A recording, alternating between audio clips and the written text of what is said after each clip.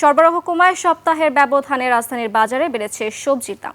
একই সঙ্গে ঊর্ধ্বমুখী সোনালী মুরগি ও মাছের দাম। তবে কমেছে আদা, রসুন, ডিম ও গরুর মাংসের দাম। স্থিতিশীল চাল, ডাল, তেলের বাজার। আরিফুল ইসলামকে সঙ্গে নিয়ে আরও জানাচ্ছেন সিরাত আল মুস্তাকিম।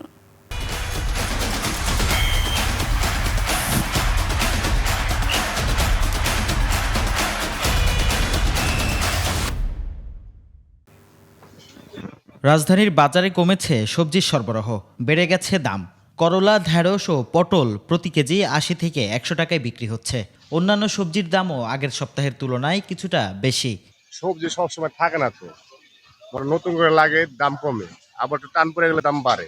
ভেন্ডি ৬০, করলা ৮০, ১০০, এই দুন্দুর কই এগুলি ৬০। সবকিছু ভাই ধরলেই ১০০ টাকা, যে কোনো সবজি ১০০ টাকা। আমরা তো আছি বিপদে।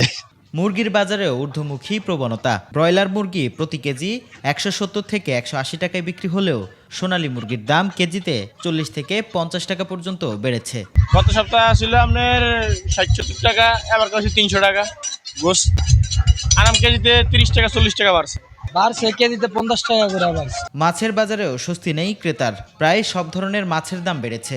পাবদা মাছ প্রতি কেজি ৪০০ টাকায় বিক্রি হচ্ছে। ছোট সাইজের পাঙ্গাসের দাম কেজি প্রতি ১৭০ টাকা, আর ছোট সাইজের রুই মাছ বিক্রি হচ্ছে ৩২০ থেকে ৩৫০ টাকা কেজি দরে।